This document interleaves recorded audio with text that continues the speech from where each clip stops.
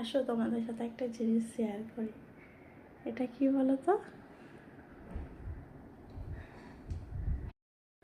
ওটা হলো আমার বিয়ের তত্ত্বের ক্ষীরের পুতুল, মানে ক্ষীরের বর্ব।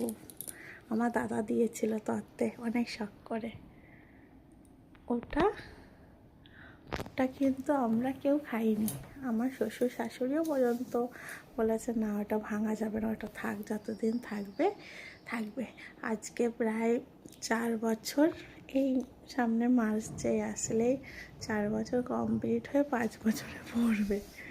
তাও এখনও রয়েছে, এখনও হয়তো অনেক দিন থাকবে।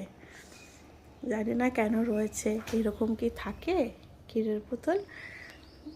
নষ্ট তো কবেই হয়ে যায়।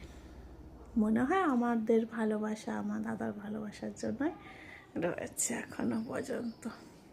আমি চাই ওইটা এখনো পর্যন্ত যত দিন পারে অক্ষত থাকুক, এইভাবেই থাকুক, একটা স্মৃতি হয়ে। আমরা রোজ এখানে ঘুমাই আর ওটা দেখি, আর সেই ফিলিংসটা আসে নতুন নতুন। আমার বর আর আমি দেখে